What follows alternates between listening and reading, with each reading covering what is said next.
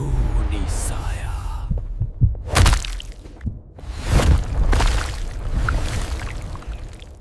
क्या मतलब? अपार्टमेंट की चाबी नहीं है? ठीक से देखो, पर्स में ही होगी। दोस्तों के सामने बेइज्जती महसूस कर रितेश गुस्से से नताशा पर बरस पड़ा। उसकी आंखों में आंसू आ गए। छोड़ो यार, भाभी ने जानबूझकर तो नहीं खोई होगी, मोहन बोला। किसी चाबी वाले को बुला लेते हैं, नताशा ने धीरे से कहा। यह तुम्हारा गांव नहीं है, रितेश चिल्लाया। आधी रात को यहां कोई नहीं मिलेगा। गुस्से में उसने पत्थर उठाकर ताला तोड़ दिया और अंदर चला गया। नताशा बाहर खड़ी रो रही थी। मोहन ने उसके आंसू पोंछे और बोला, रितेश, तुम्हारी कद्र नहीं करता। मुझे तो तुम्हारी आंखों में अपनापन दिखता है। वह उसके करीब आने लगा, लेकिन नताशा घबराकर अंदर भाग गई। अगली सुबह रितेश के मोबाइल पर एक वीडियो आया। उसमें मोहन नताशा के बहुत करीब दिखाई दे रहा था। साथ में मैसेज था, जो प्यार तुम नहीं दे सके वह मुझे मोहन से मिल गया। मैं हमेशा के लिए जा रही हूं। रितेश ने यह बात नताशा के पिता को बताई, लेकिन उन्होंने गुस्से में कहा, आज से वह मेरे लिए मर चुकी है। कुछ ही दिनों बाद रितेश लंदन चला गया। 5 साल बीत गए। अब वह अपनी प्रेमिका एंजेला के साथ भारत लौटा था। दोनों उसी अपार्टमेंट में रहने आए जो उसे शादी में मिला था। एंजेला अकेली फ्लैट में पहुंची। जैसे ही उसने दरवाजा खोलना चाहा, वह अपने आप खुल गया। अंदर जाते ही उसे अजीब डर महसूस हुआ। वॉशरूम में चेहरा धोते समय उसने शीशे में देखा कि उसका चेहरा खून से सना हुआ है और पीछे एक धुंधली औरत खड़ी है। वह चीख पड़ी। उसी समय रितेश पहुंच गया। यहां कोई औरत थी? एंजेला कांपते हुए बोली। लेकिन जब दोनों ने देखा, वहां कुछ भी नहीं था। रितेश उसे समझाने लगा कि यह सिर्फ उसका भ्रम है।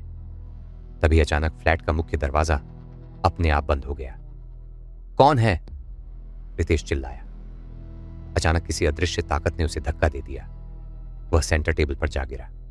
उधर एंजेला को किसी ने पैर पकड़कर कमरे के अंदर घसीटना शुरू कर दिया।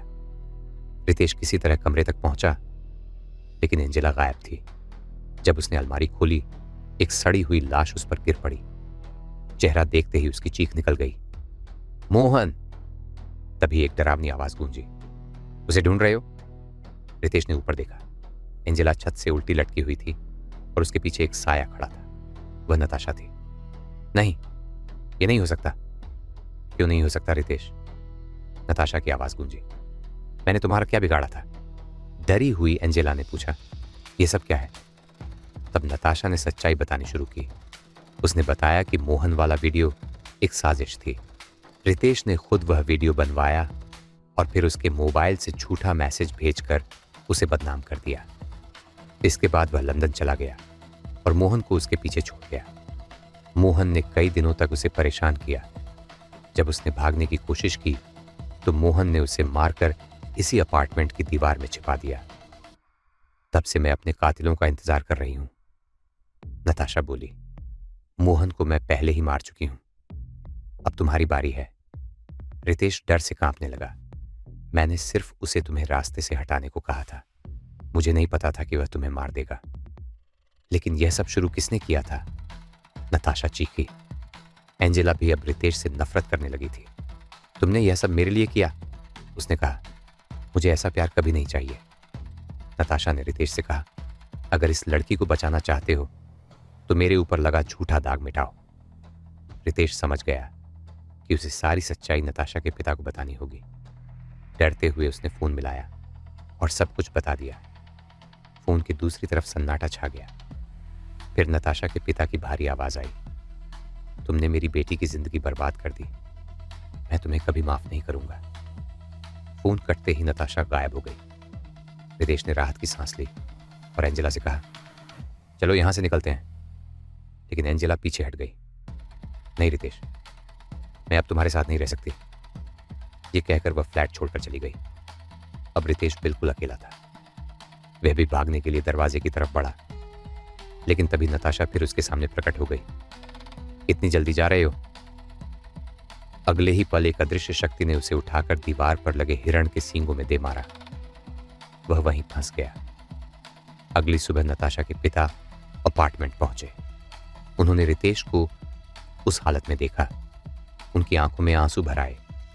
उन्होंने अपनी बेटी की तस्वीर उठाई और रोते हुए कहा, बेटी, मैंने दूसरों की बातों में आकर तुझे गलत समझा, मुझे माफ कर देना। फिर उन्होंने अपनी बंदूक निकाली और रितेश की छाती में गोलियां उतार दी। कमरे में सन्नाटा छा गया और शायद उसी पल नताशा की बेचैन आत्मा को भी न्याय मिल गया। अगर आपको यह डरावनी और रहस्य से भरी कहानी पसंद आई हो तो वीडियो को लाइक जरूर करें और बताइए, अगर आप नताशा की जगह होते तो क्या करते? अपना जवाब कमेंट में जरूर लिखें। ऐसी ही भूतियां, रहस्यमयी और दिल दहला देने वाली कहानियां देखने के लिए हमारे चैनल को सब्सक्राइब करना बिल्कुल ना भूलें। मिलते हैं अगली एक और खौफनाक कहानी के साथ। तब तक याद रखिए, हर गुनाह का हिसाब होता है और कुछ आत्माएं इंसाफ मिलने तक कभी चैन से नहीं सोती।